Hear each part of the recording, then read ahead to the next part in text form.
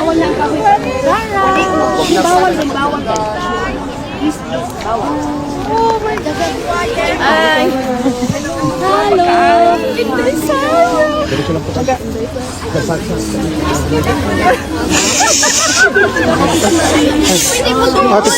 Please. Please. Dai. Malapit babalik sa Sir, okay lang po lumapit ako kay Billy. Okay, sir. Doon ka na lang sa harap, sir. Ako doon siya kaharap. Okay. Susunod po. Marami sa inyo galing pang Norway.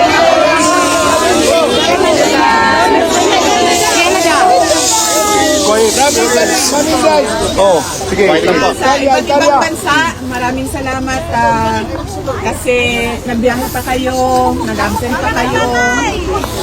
At madami kayong pinagliban na mga kailangan ninyong gawin para pumunta dito. So maraming salamat sa oras ninyo at sa pagpapakita ninyo ng suporta kay Pangulong Rodrigo Duterte. At yes, kakatapos lang ng aking pagbisita sa kanya at okay naman siya. Nagtatanong lang siya sa mga timelines kasi nga malapit na yung eleksyon at tinatanong niya kung ano ang nangyayari sa kampanya ng mga senador at tinanong niya kung papaano siya makakabalik dahil nga meron din siyang election sa Davao City. So yun yung napag-usapan kanina, yung kampanya at eleksyon na nangyayari sa ating bayan at nag-express din siya ng fears niya, apprehensions niya sa baka merong mangyaring dagdag bawas, yung mga ganon na mga usapan sa eleksyon, sa halalan. At okay naman siya, may rice na, may kanin na lagi. May ulan. At yung mga taga Netherlands kahapon nagsabi sila iba daw ang pagkaluto ng ng kanin dito. Tinanong ko siya kung tama ba yung pagkaluto ng kanin. Tama naman daw. On that point, na perfect na natin yung kanin, yung rice doon sa loob at medyo mahina pa siya kumain kasi nga he's getting used to sa pagkain sa ulam kasi hindi Filipino yung ulam pero meron ng rice at meron naman siyang access sa gatas at prutas, yun din yung hinihingi niya noon. So okay naman siya. Ang kanyang may mga sakit na si Pangulong Duterte, natural lang yon dahil mag 80 years old na siya. So merong doktor na nagmamonitor sa kanya at meron din silang nurses na nagmamonitor din sa kanya. Ang kanyang blood sugar, nilagyan na siya ng gadget para sa blood sugar niya. So meron na silang parang electronic checking doon 4 times a day sa kanyang blood sugar. So medyo controlled naman ang blood sugar. Ang problema na lang natin ay hindi mapigilan yung pag-inom niya ng Coke Zero. Bago ako umalis, binilhan ko siya ng 4 na Coke Zero. Nag-iwan ako doon ng 4 na Coke Zero. Bumili ako para sa kanya at sinabi ko na once a day yan. Kasi ang grocery mo will come sa Wednesday. Ang grocery list mo will come sa Wednesday. So, once a day yung 4 na Coke Zero na iniwan ko sa'yo. At sabi niya, bakit? Sabi niya, bakit? Once a day lang ang Coke Zero ko.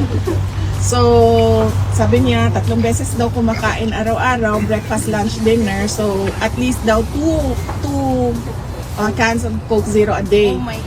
So, I know, right?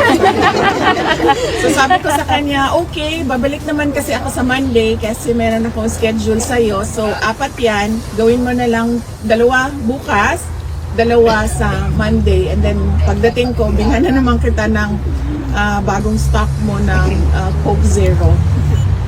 Yes, and then sabi niya wala namang problema sa Coke Zero kasi wala man itong sugar, so wala itong problema sa Stubborn ka. So, yes, I know. And then I said na, yes, it doesn't have sugar but it has sugar substitute, so we have a problem with carcinogens and then we will deal with cancer. Yeah.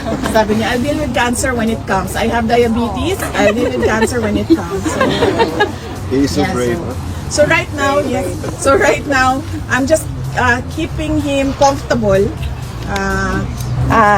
letting him, asking him to adjust to the ways inside and asking him to observe the other detainees and how they do things so that he knows how the system works inside. And then, well, yes, yun lang naman ang niya, ang kanyang damit. Sabi niya, ipadala daw yung maleta niya na nasa akin. So, ipadala yon. Ang kanyang Coke Zero, make sure na merong unlimited supply ng Coke Zero. And then, he asked for shaving cream, which was free inside. So, they just had to teach him where to access the shaving cream. And then, the rice, we already solved the rice problem. Inununan pa. Paano? I already submitted A list? yes, a PDF file of Filipino recipes. I already asked the lawyer to send it inside, and then maybe they can consider cooking the recipes in the list because a very simple, simple. So you're not allowed to bring anything in, no? No. Alright, okay. That's what we thought. But they allowed me my credit card so that I can buy him things. Be careful with the Coke. Yes, I told him that, but he's 80 years old, and then he's just, I'm 80, I deserve all that. Question, All do the you know diseases. exemption for the food sa birthday? Walang exemption, PT? Wala siya exemption? I already asked that from the guards if I can bring Sa cake. birthday niya. Yes, I can bring cake, but then cake is not allowed for him, so Yes. Cake zero. cake zero.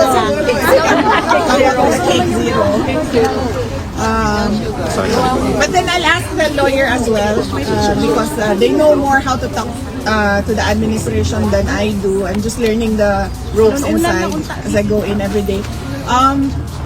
Yes, so Quick question about his movements.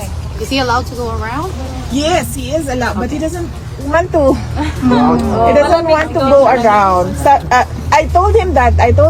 Can you just do what the doctor tells you? The doctor is telling you to use your muscles. Right. He's not even allowed to do the wheelchair now because Are the there doctor wants him therapists or to. nurses coming in to help him out? Yes, there are. Everyone's helping him out inside. That's good. But he said that if I go out, I'll go straight to the gates and go out. So, that's what he told me. I told him. You're not gonna go far then. I told him to avail of your rights to go outside and walk. And then he said, no, I don't want to do that because I will walk to the gate. He's not gonna go far. So yes, that is something that I have to work with him to Don't get worry, him baby, we'll walking bring him outside. home. Sa mga supporters, ma'am, ano yung message nyo kung anong pwede namin gawin? Like, pretty much all over the world, nandito ngayon kusa kami pumunta dito for to support Duterte. Yes, Yeah. yes, I know, and I'm truly very thankful for that, for your expression of support to the president, and then for your expression of Our love. Love. yes, solidarity, and of your, I don't have the word just now, but I can think of disgust of what happened to Absolutely. him, how he was taken from his country and brought to a foreign jurisdiction against his will. So maybe we continue to let the government know that what they did was wrong. what they did to a former president and a Filipino citizen was wrong. And then we demand that there be some sort of accountability in our country for what happened. Agree. So that it doesn't happen again. We cannot really remedy the situation right now. No? Sinasabi ko, hindi naman na natin siya maibabalik doon. But just to make sure that it doesn't happen again, because I heard, and I do not know if it's true, that there are other warrants of arrest coming out for other accused in the Supporters. case. So yes, we need to learn from what happened, and we need to make the government understand that they did something wrong. Ano ang dapat na narrative para sa mga tunay na supporters? Kasi maraming media din na nagbibigay ng kanilang interpretation. For us that truly support Duterte, ano yung pinaka-message sa lahat namin na ano yung talagang tunay na nangyari dito? Ang tunay na nangyari dito, I already consulted a lawyer, no? Ang tawag doon sa ginawa ay extraordinary rendition. Yun yung pagkuha ng isang citizen sa kanyang bayan at dinala siya sa ibang jurisdiction, in this case the ICC, a foreign jurisdiction or a foreign country, at kinulong. And ang gumawa nun ay ang gobyerno. Sa revised penal code natin, it's kidnapping, pero ang kidnapping ay gumagawa private individuals, di ba, mga kidnap for ransom guns, gano'n. Ang nangyari dito, ang gumawa ay yung gobyerno. At makikita naman natin na hindi nila dinideny yung ginawa nila, at sinasabi pa nga nila, tama yung ginawa nila. Pero from the perspective of international law, it's all wrong. Hindi tayo member ng ICC na, di ba? Yes, we are currently not a member of ICC anymore. There was no obligation to cooperate. Apart from that, the Philippine government questioned jurisdiction during the appeals. And although it was not taken up, it was not decided, the jurisdiction, but there was a dissenting opinion there by 2 judges that said that yes, there is no jurisdiction at this point in the investigations of the prosecutor. So, VP, are we waiting until September, or there's a remedy that we're yes, going to do? We're currently working on things for him. That's good. Because this is gonna happen like from here on until September. Everyone's gonna be here, so they don't want that. The neighborhood here don't want that. Okay. Not everyone will be here because it's a private, like.